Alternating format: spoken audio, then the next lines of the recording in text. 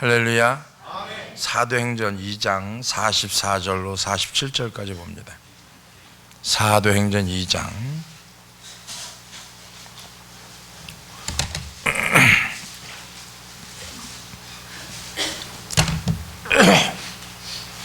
44절부터 47절까지 한 목소리로 봅니다. 시작.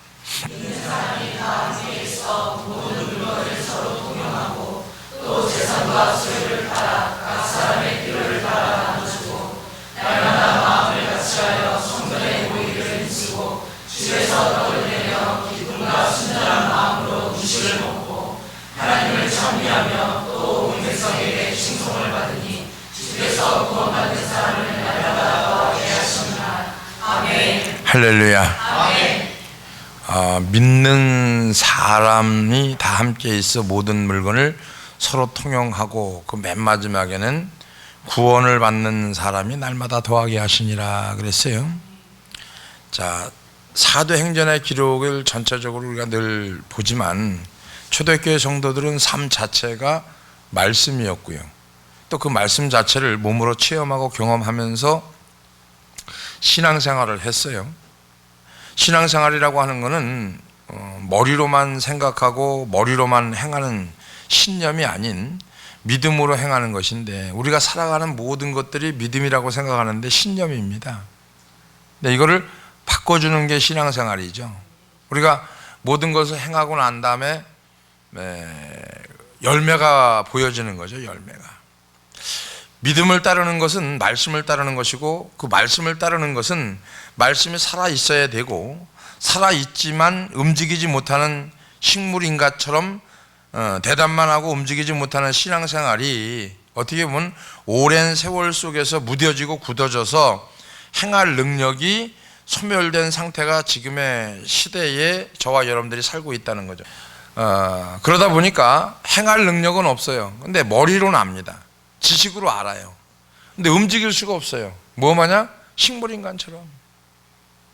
이게 지금 때로는 1년, 2년, 10년, 20년 다가온 거예요.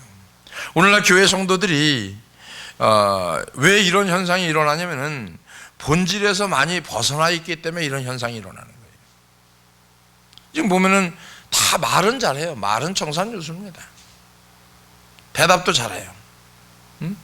근데 본질에서 벗어나 버리니까 행할 능력이 없는 거예요. 그죠?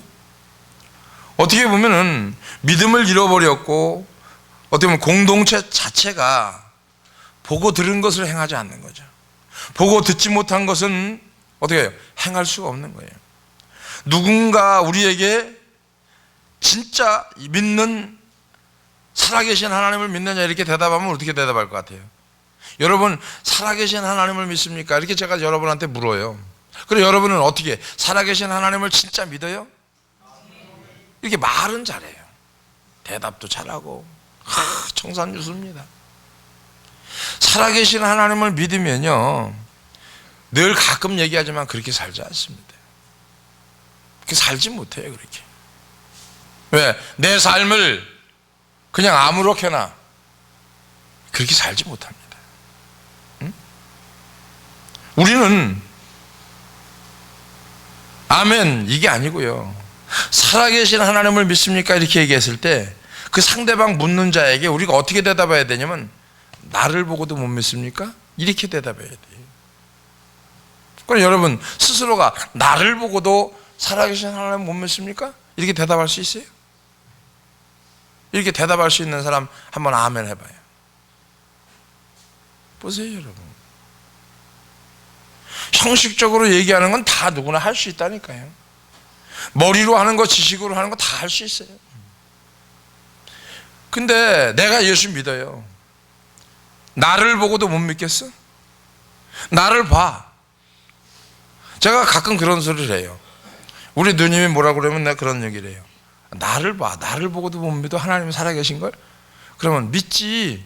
널 보면 믿지. 근데 왜 안 믿어? 근데 세상 사는 게 또 그러니? 이래. 옆에 사람은 세상 사는 게 그렇게 되니? 돼요 그게? 응? 내가 이렇게 변화되는 것 보고도 하나님을 안 믿는다고 하면은 답답할 거예요 아마. 자 보세요. 삶의 말씀이 살아 움직이는 이 자체가 복음이고요. 이 복음이라고 하는 것은 지식으로 아는 게 아니고요. 입으로만 떠드는 게 아니고요.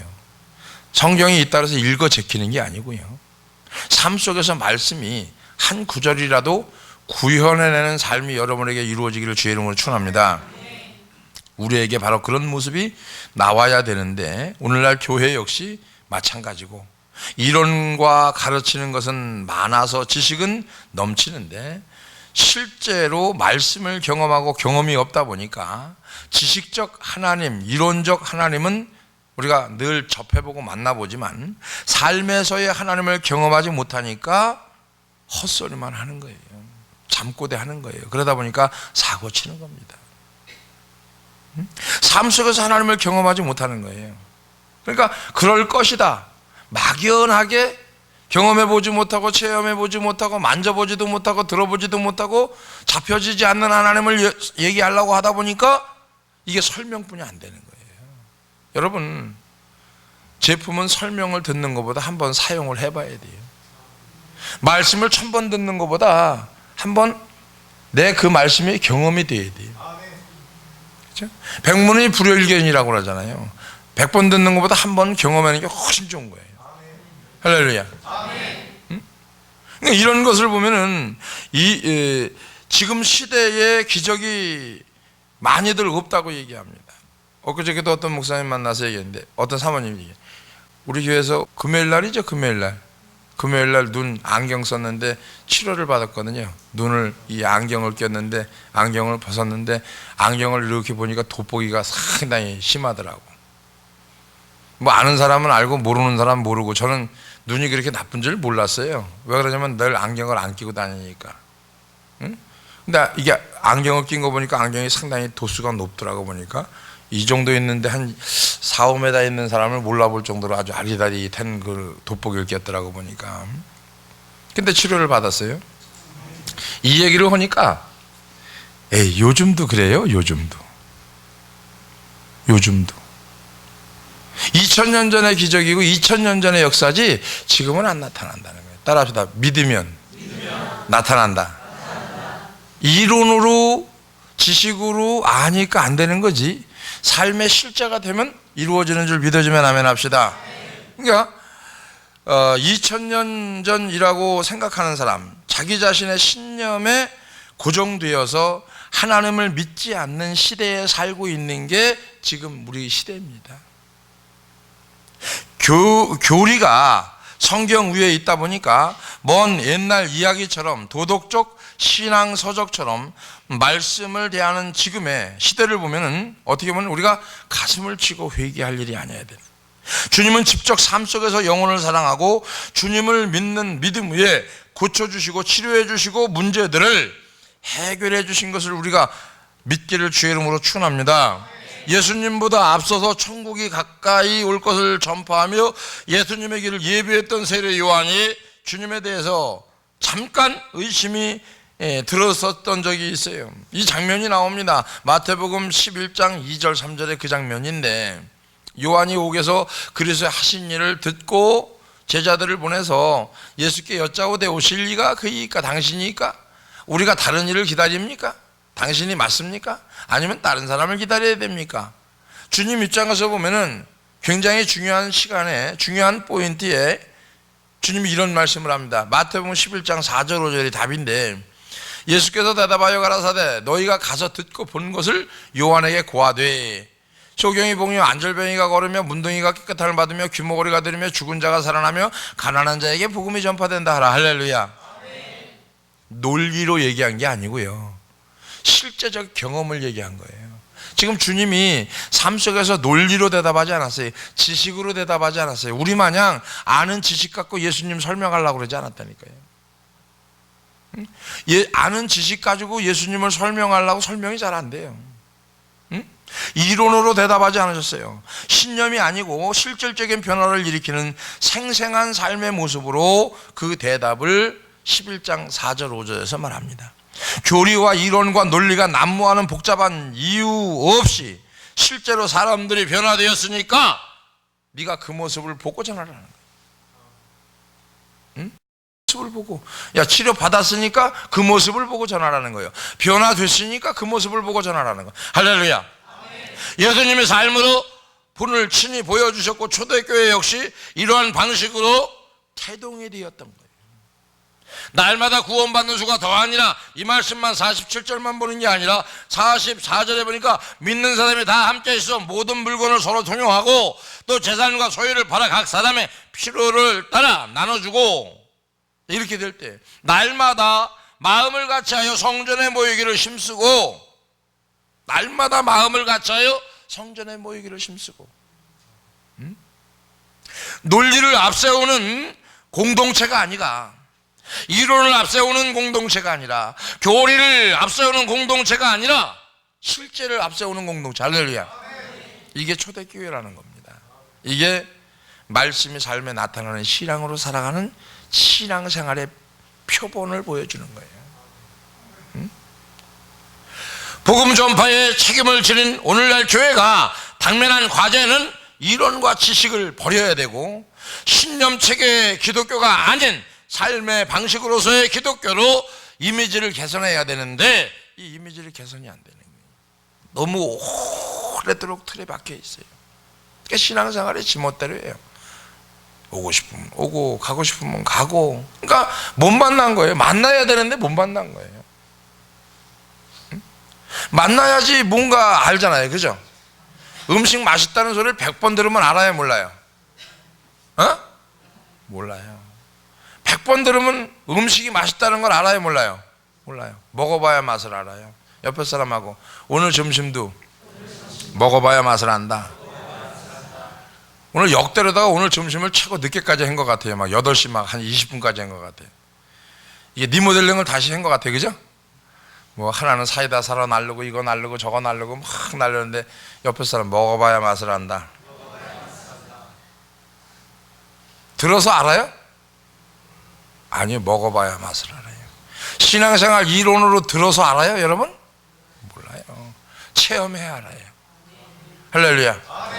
너 때리면 아파. 그러면 아픈가 보다 이 정도지. 한 대 맞아봐야 이거 정신 버떡 나는 거예요. 그죠? 우리 한번 시간 나면 한 대씩 좀 때리는 훈련 좀 해야 될 것 같아요. 그래야 정신 버떡 나는 거예요. 근데 여자가 남자를 때리는 훈련부터 해야 될 것 같아요.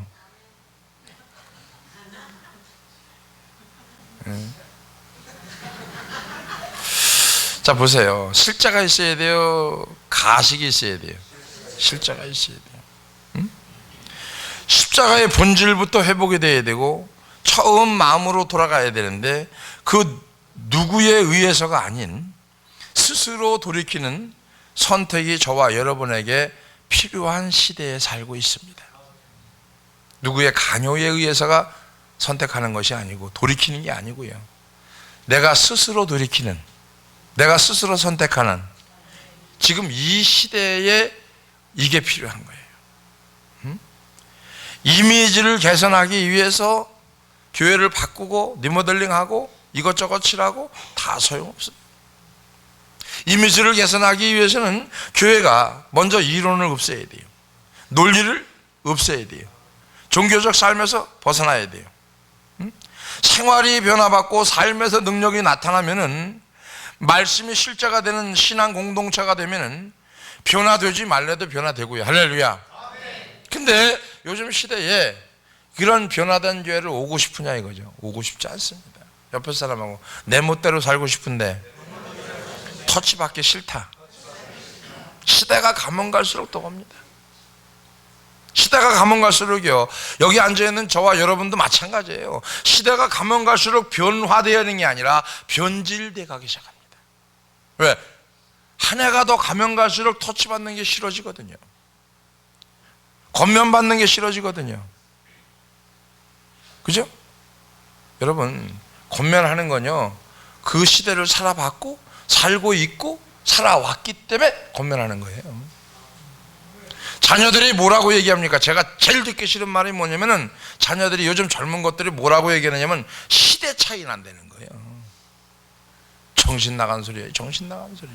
무슨 시대 차이요? 시대 차이는 네가 살던 시대도 살았고 너보다 20년 30년을 더 살아왔는데 무슨 시대 차이예요. 시대 차이는 지가 뒤떨어져서 못 쫓아오는 거지. 그죠? 아니 보릿고개도 넘어왔고 현재도 살고 앞으로도 살아, 지가 살아온 길, 내가 살아온 길을 살아오는 거예요, 자녀들이. 근데 부모님하고는 시대 차이 난다는 거예요. 이게 참 답답한 거예요. 이제 30이라고 하면은요, 나 부모가 60이에요. 그러면 30년을 더 살았어. 30년을 더 살았으면 경험, 체험, 그죠? 망가진 거, 실패한 거, 성공한 거, 30년을 더 살았으니까 지가 1000명 만났으면 이 사람 몇 명 만났겠어요? 부모님은 2000명도 더 만난 거예요. 그럼 경험이 풍부해요, 안 풍부해요? 풍부해요. 근데 시대 차이 난다는 거예요.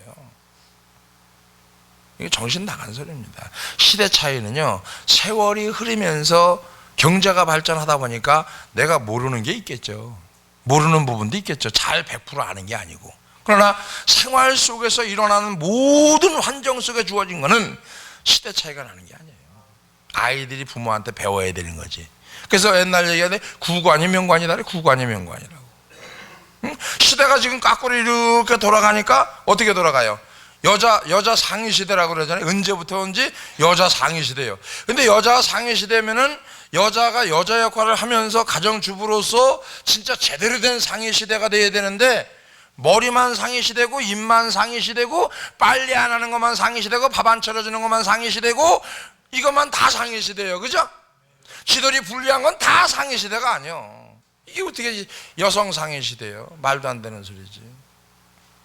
응? 난 여자 얘기가 나오면요,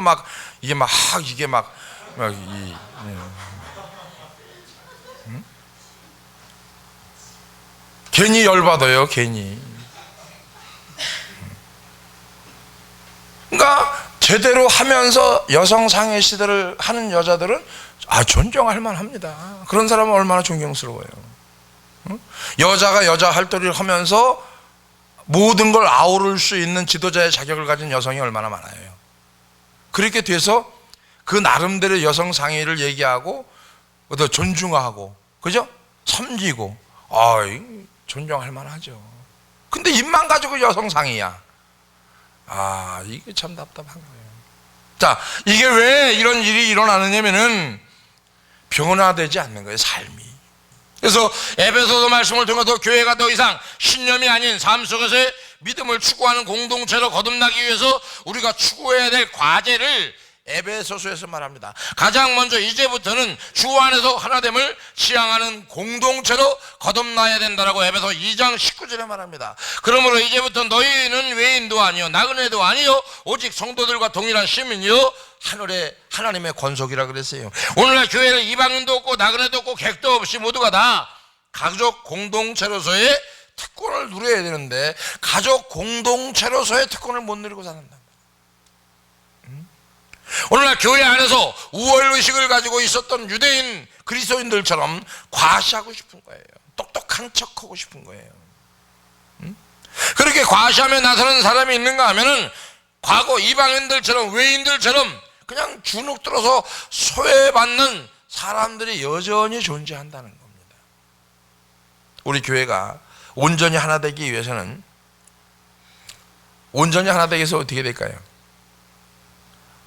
온전히 하나 되기 위해서 옆에 사람하고 온전히 하나 되려면 양보하는 본을 보여야 된다. 뭐든지 양보하는 본을 보이면 온전한 공동체가 되는 거예요. 내 것만 가지고 움직이는 욕심이 아니고 내 것도 양보하는 이거, 내 삶에서 양보하는 거, 이거만 되면 온전한 공동체가 이루어집니다. 근데 이게 안 되면 공동체는 공동체로서의 역할을 감당 못하는 거예요. 에베소 2장 13절에 이제는 어떡합니까? 공동체로 하나가 되는 거, 몸부림쳐야 되는 거, 삶으로 나타나는 신앙의 모습을 보여야 되는 거, 이게 뭡니까? 우리 하나이기 때문에. 뭘로? 가족이니까. 가족 공동체. 뭘로 하나가 됐어요? 예수 그리스도의 피로 하나가 된 거예요. 에베소 2장 13절에 이제는 전에 멀리 있던 너희가 그리스도 예수 안에서 그리스도의 피로 뭐한다? 가까워졌느니라. 이 말씀처럼 진정으로 하나됨을 이룰 수 있는 거, 이게 가족 공동체라고 하는 거예요. 교회가 몇만 명 모이는 거 저는 눈만큼 안 부러워요. 왜 그러냐면 가족 공동체가 이루어지지 않습니다. 가족 공동체는요 딱 120명이에요. 내가 120명 그러면 우리 집사람 옆에 앉아있다 차 타고 가다가도 120명이면 충분해. 가족 공동체 그러면 옆에 앉아도 300명 아니 120명 그래도 300명 그럼 교회 또 질래? 그건 대답이 없어요. 300명 모이려면 교회 또 줘야 돼요. 그죠? 그럼 뭐라 그러죠? 누가 1부 2부 예배 드리면 되지. 전 1부 예배 2부 예배 평생 안 드릴 것 같아요. 죽을 때까지 천국 갈 때까지. 왜? 그건 성경에도 없는 얘기니까. 1부 예배 2부 예배는 없어요. 없어요 진짜. 그냥 아침에 한번 예배 드리고요 저녁에 예배 드리는 거 이게 성경적인 거예요. 에이 목사님 보세요. 목사님이 사람이 적어서 그렇지 몇천 명 모이면 뭐 1부 예배 2부 예배 안 드리려고요? 안 드려요 저는.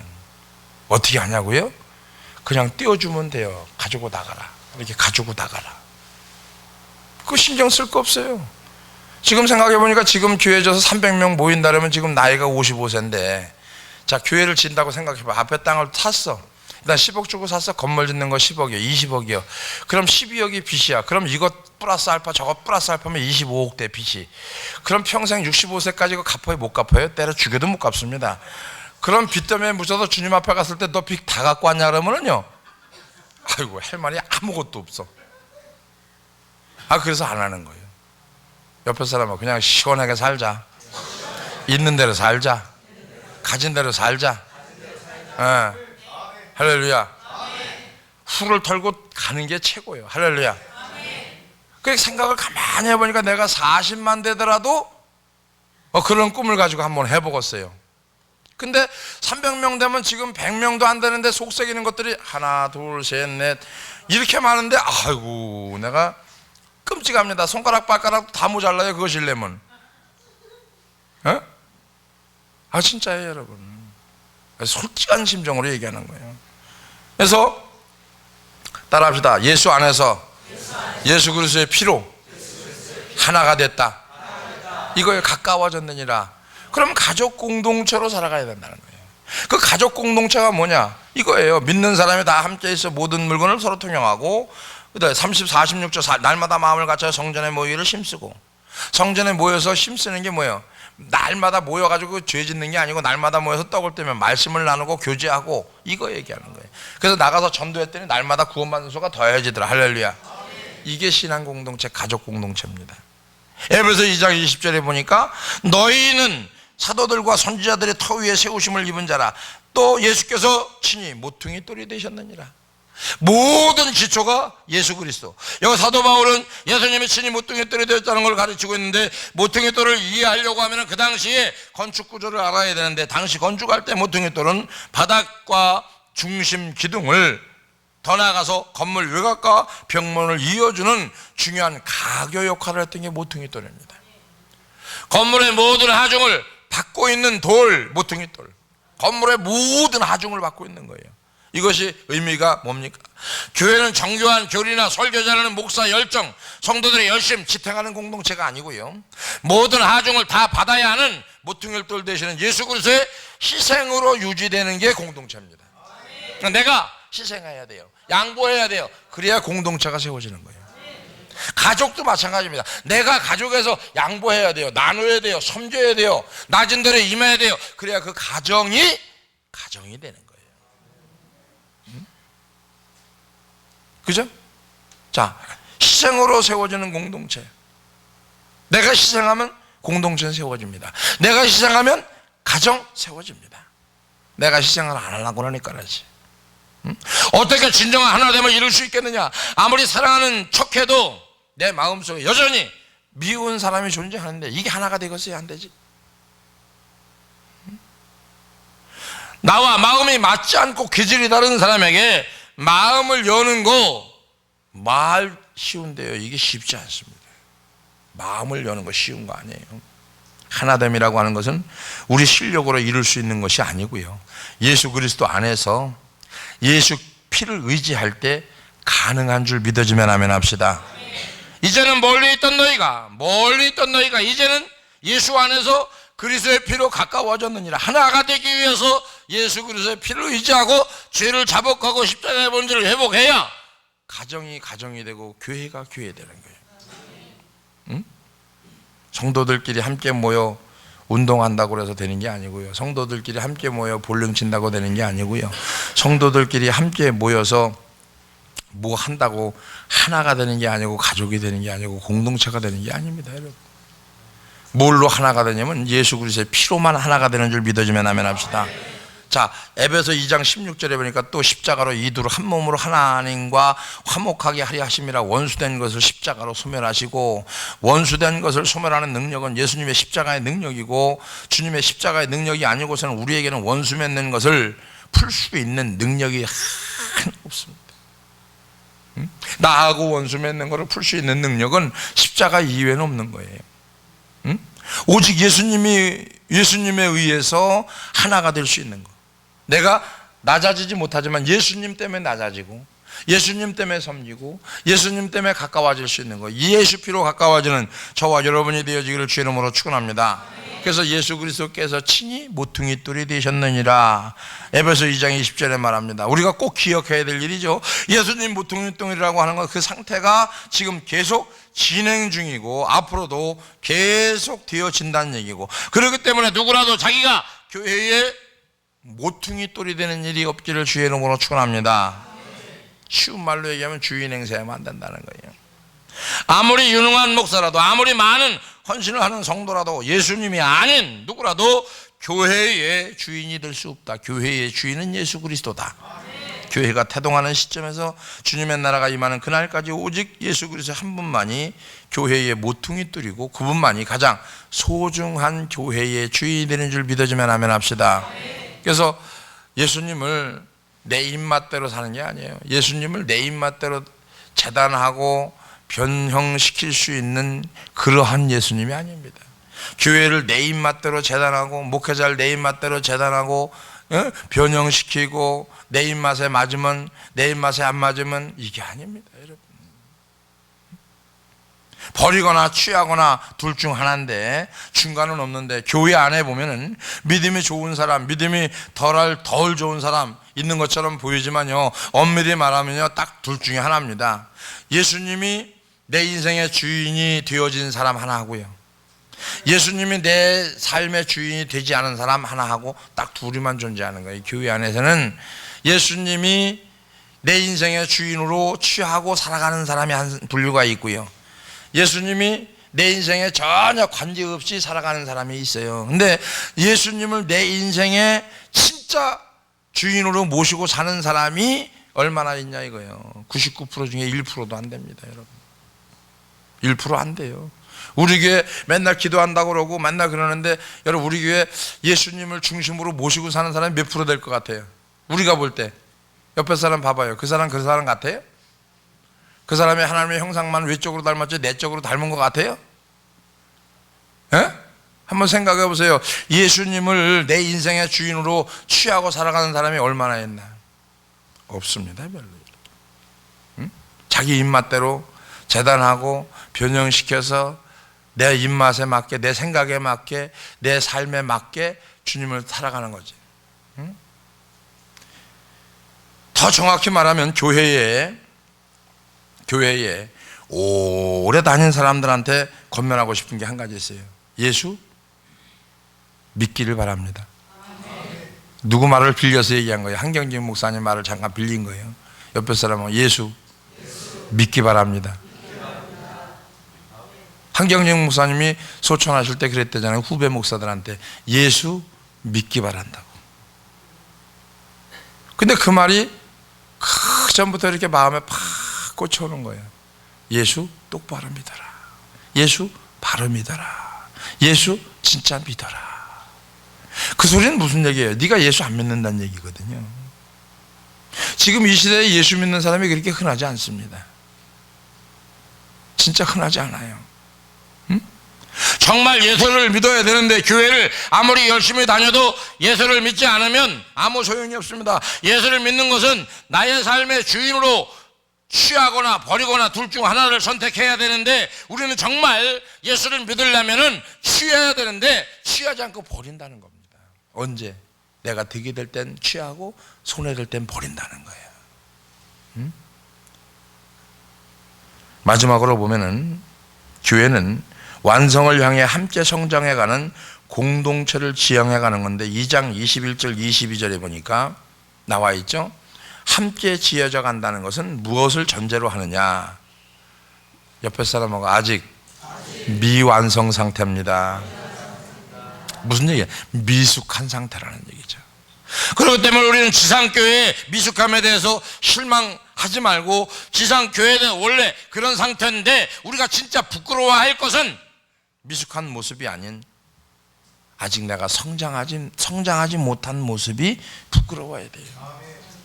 제가 늘 부끄러워하는 게 그래요. 내가 성장하지 못하는 것 때문에 부끄러운 거지, 미숙한 건 부끄러운 게 아니에요. 응? 목사라도 전도사라도 권사라도 집사라도 신실한 리더가 돼서 어떻게 합니까? 완전한 사람이 아닙니다. 죄성을 가진 불완전한 존재이기는 누구나 마찬가지인데, 인간은 완전하지 못하기 때문에 연약함을 인정하지 않으면 시험에 빠질 수밖에 없고, 성장을 하는데 함께 성장할 수가 없고, 공동체도 성장해야 되고 각 개인도 되고 가정도 성장해야 되고 다 성장해야 되는데, 내 모습이 아직 어떻게 합니까? 성장하지 않는 모습을 부끄러워하고 십자가 앞에 모습을 내려놓을 수 있는 저와 여러분이 되어지기를 주의 이름으로 축원합니다. 그렇게 될 때 한 사람 한 사람이 어떻게 합니까? 서로 용납해주고 기다려주고 서로 눈물을 닦아주고 함께 성장해가는 그러한 공동체가 우리 교회가 되어지기를 주의 이름으로 축원합니다.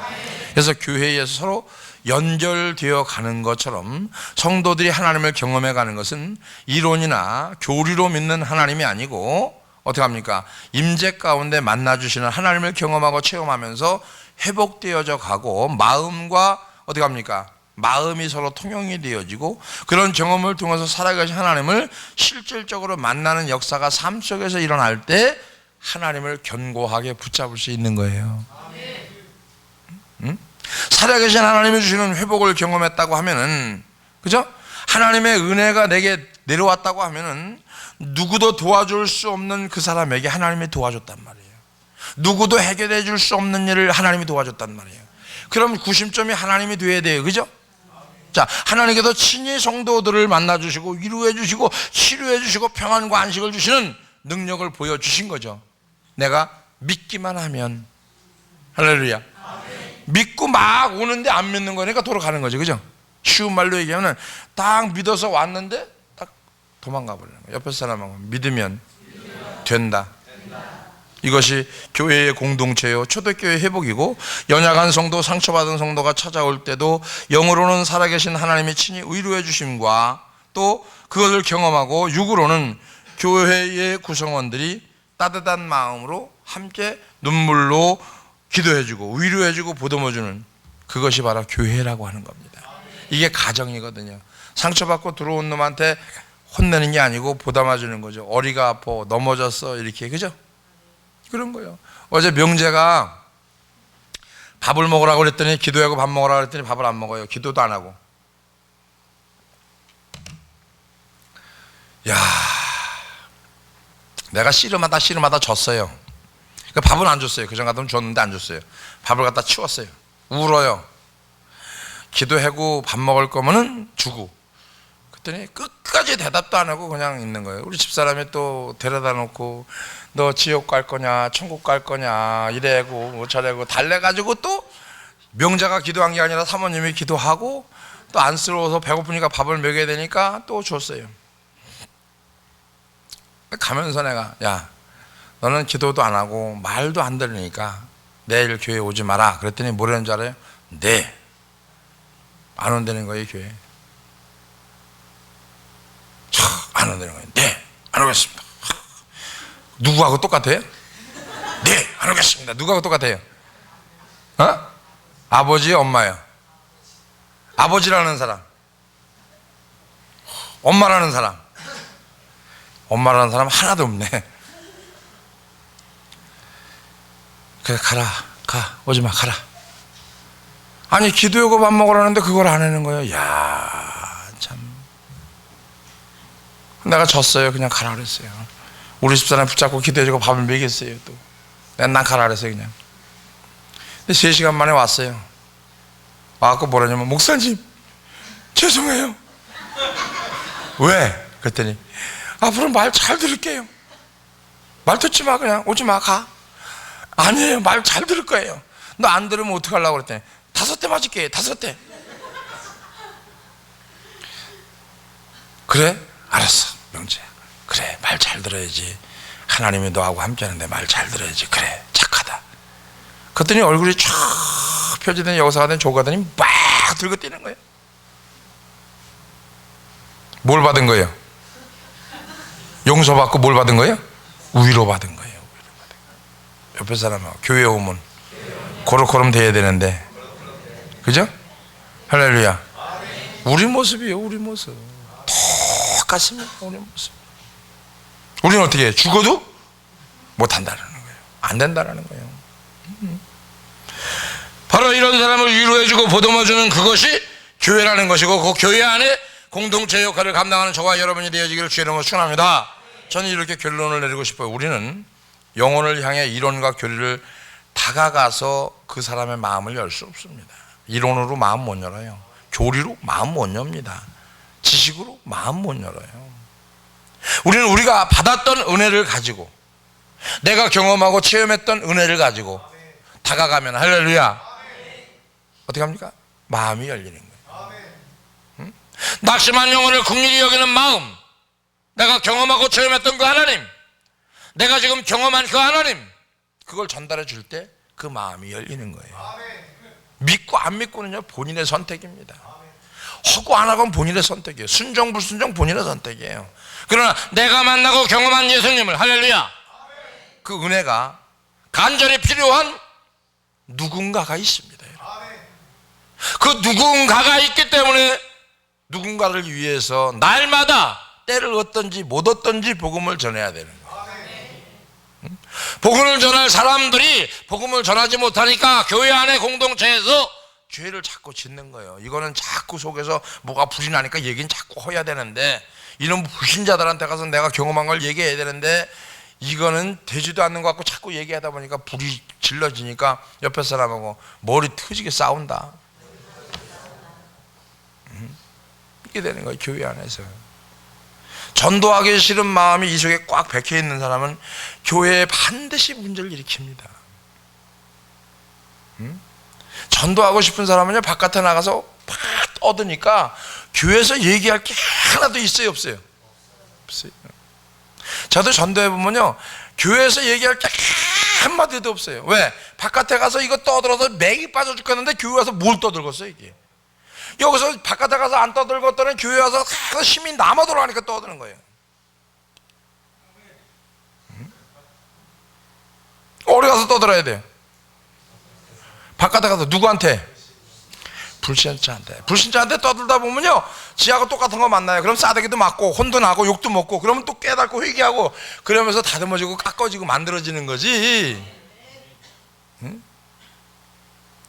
언제 한번 날 잡아서 내가 가려고 그래요. 상록수역을 나가서 아침부터 언제까지? 해 뜰 때부터 해 저물 때까지. 점심은 어떻게 하냐고요? 굶어요. 그냥 제대로 된 영혼 만나면 밥을 얻어먹을 것이고, 진짜라니까. 여러분, 전도할 때 보면 제대로 된 영혼 만나면요, 하루 종일 먹을 거 많이 얻어먹어요. 그리고 제대로 영혼을 못 만나잖아요. 심령이 칼칼하고 답답하잖아요. 하루 종일 굶는 거예요. 오후 해 넘어갈 때쯤 되면 열만 받아요. 그죠? 응? 어떻게 해야 돼요? 여기서 팍 떠들어야 돼요? 바깥에 나가서 팍 떠들어야 돼요? 옆에 사람 어디서 떠들 거예요? 물어봐. 어디서 떠들 거냐고 물어봐. 그 사람한테 어디서 떠들 거예요? 여자들 집에서 설거지하면서 꿍시렁거리지 말고 바깥에 나가서 꿍시렁거려요. 바깥에 나가서. 응? 바깥에 나가서 꿍시렁거리면 그 사람 물어볼 거 아니에요. 왜 그러세요? 이렇게 물어볼 거 아니에요. 지나가는 사람이. 그죠? 응? 그럴 때 예수 믿으라고 그러면 한번 그런 경험들을 해봐야 돼요. 여러분. 그게 예수 믿는 거예요. 자, 그래서 지금 주님의 은혜가 간절히 필요한 누군가의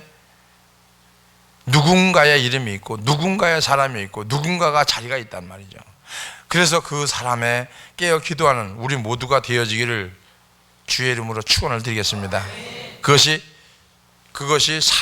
말씀이 삶에 나타나는 신앙으로 살아가는 거예요. 그런 사람이 될 때 하나님이 따라합니다. 반드시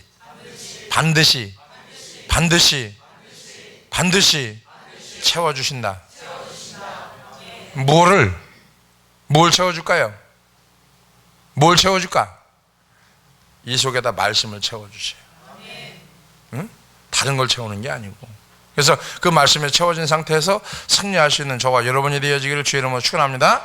기도합니다. 좋으신 아버지 감사합니다. 오늘도 하나님의 말씀에 따라 순종하는 종들 되게 하시고 말씀이 삶에 나타나는 신앙이 되게 하심에 감사를 드리며 날마다 승리할 수 있는 귀한 시간들이 되게 주님 도와주시고 우리가 진정으로 하나님 앞에 말씀을 때를 얻든지 못 얻든지 증거할 수 있는 종들이 될 수 있도록 인도해 주시옵소서. 감사 영광 올리며 예수님의 이름으로 기도하옵나이다. 아멘.